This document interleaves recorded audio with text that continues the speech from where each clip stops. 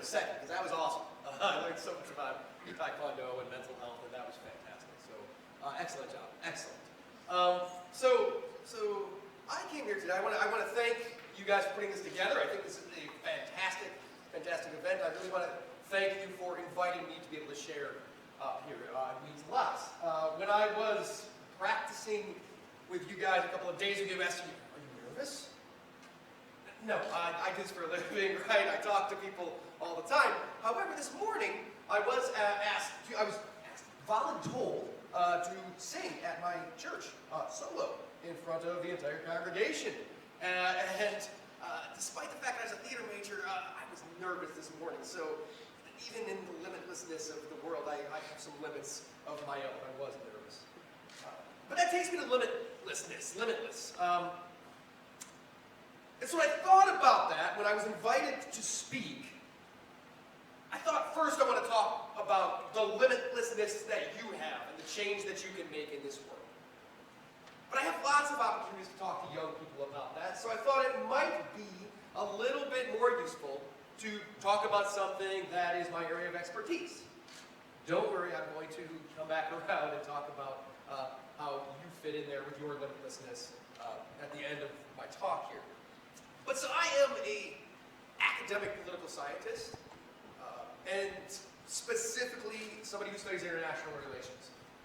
And I think sometimes we don't fully understand political science, social science, but it's no different than the science you do in the lab, in many, many ways.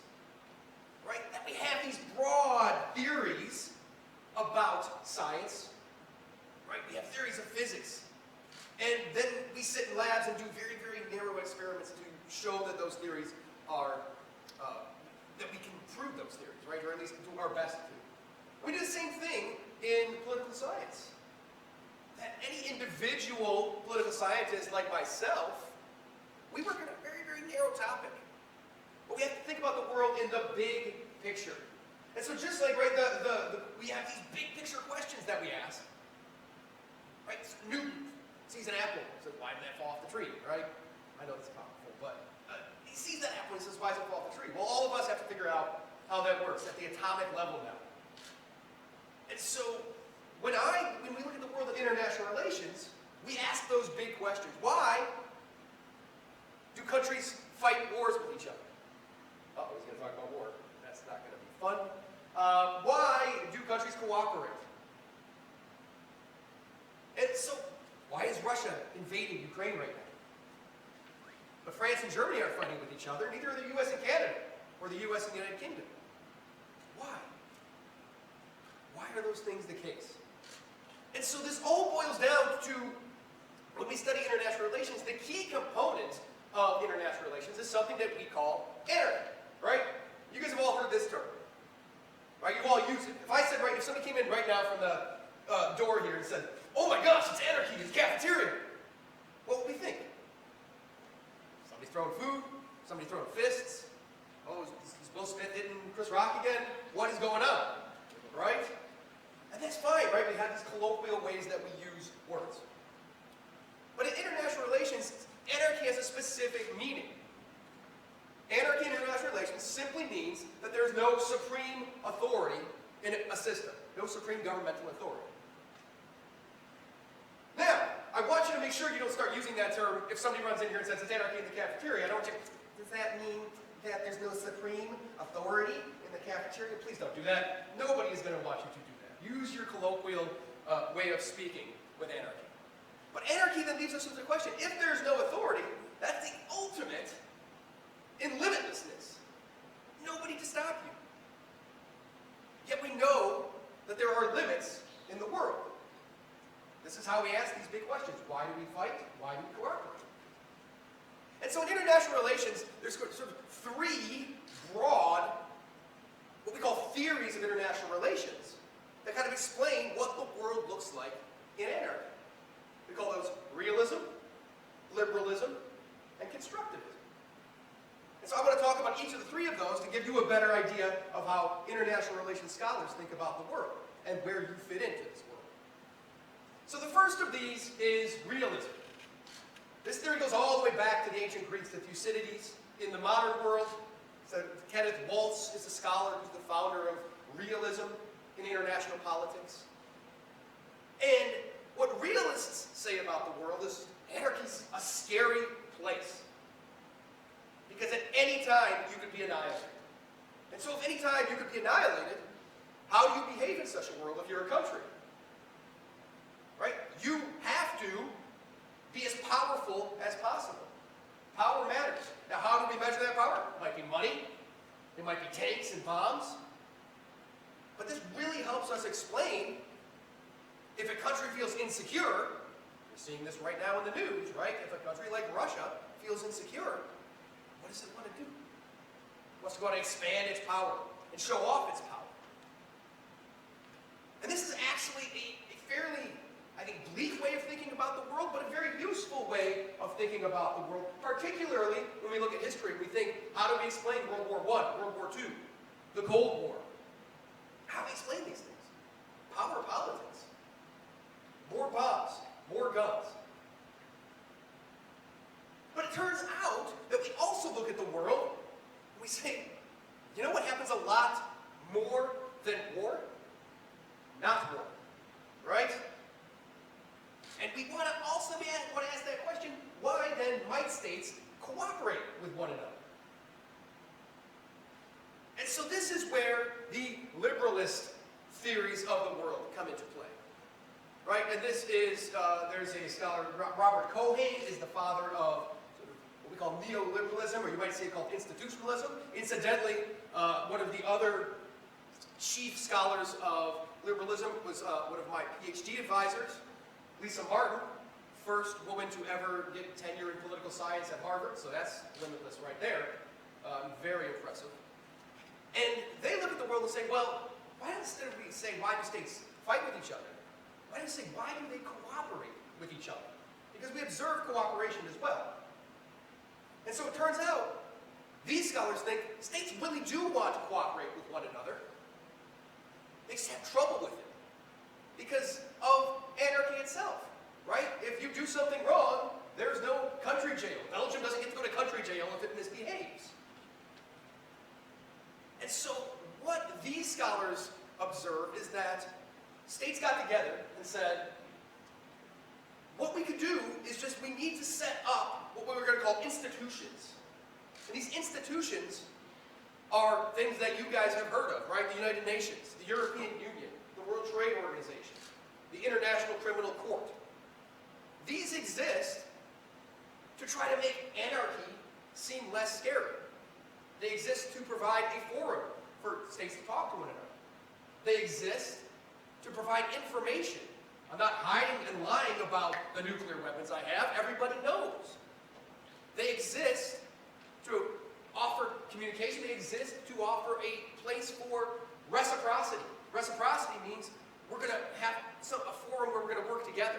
And we know that we're going to continue to work together. And so if I cooperate with you now, this forum, this institution, allows us a way to know that we have a chance to cooperate again in the future. Anarchy seems a little less scary. So the limits in institutionalism and liberalism are those institutions themselves. Except there's limits to the limits. Of course, we knew that, right? If it was that easy, we wouldn't be talking about war anymore. Right? Because the UN is a great organization. It does great things. But we know that the UN at the Security Council, like there's 5 members that have a permanent veto. They can say no to anything that the UN wants to do. Who are those? The US, Russia, China, France, the United Kingdom. Sounds like some pretty powerful countries to me, right? Power politics is back.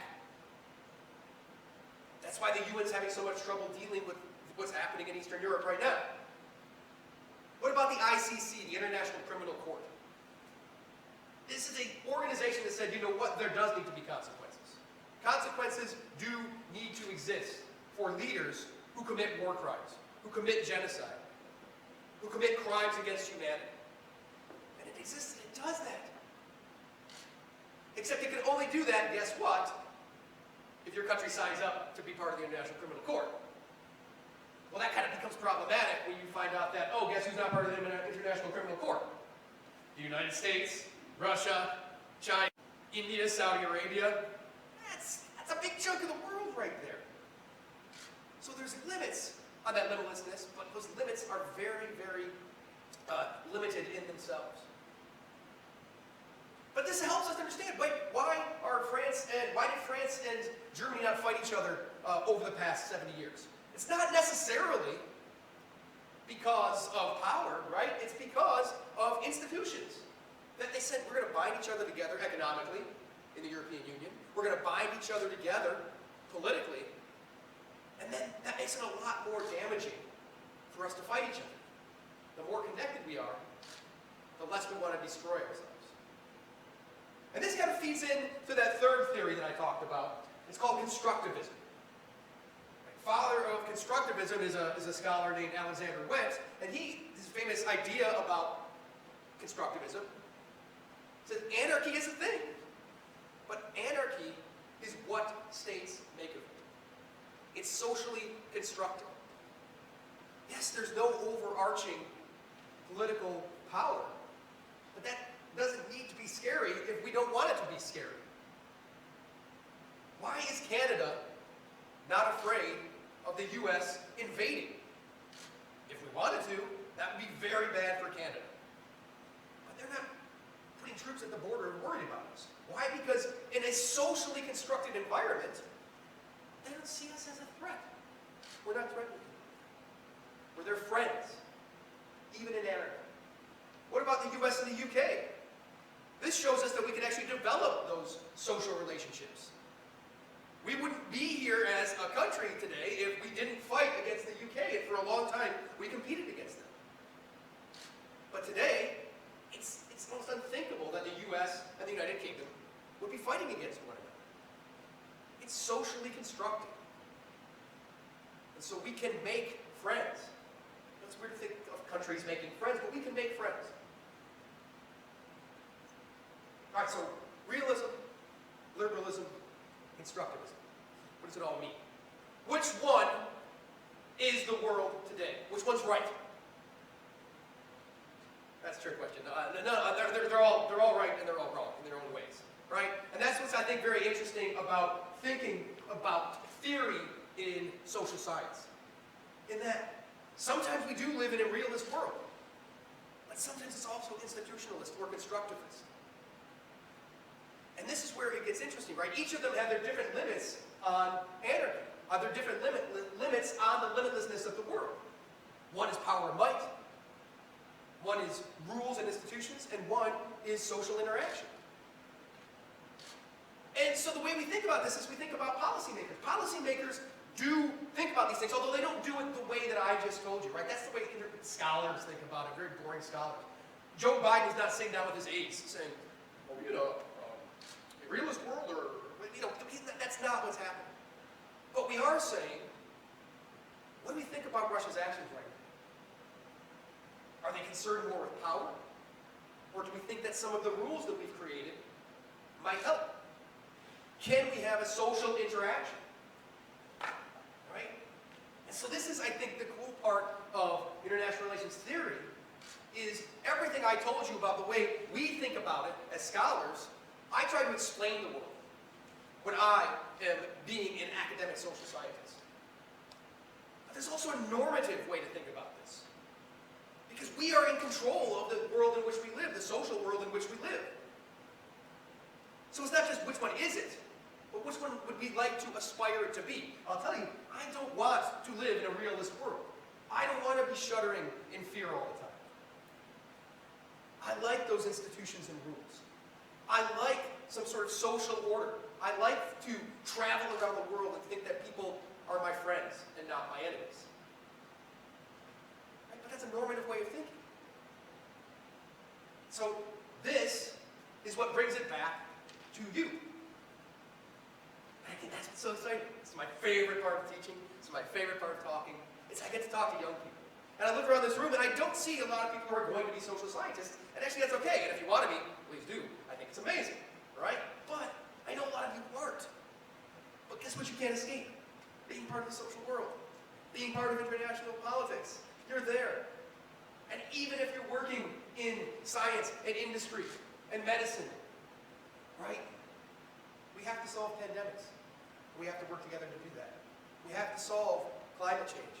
We have to work together to do that. And it's you that make that difference. And you're operating in a limitless world. So those limits are important. Those institutions, those rules, that social order, those limits are you. Your limitlessness are the limits on the limitless world in which we live. And that's exciting, right? So I'm excited for you. I hope this helps you think about the world in a slightly different perspective. The world's a crazy place. It's messy. It's no fun to be reading some of these things in the news that we're seeing right now. But it doesn't mean that it's the end. It means it's only the beginning.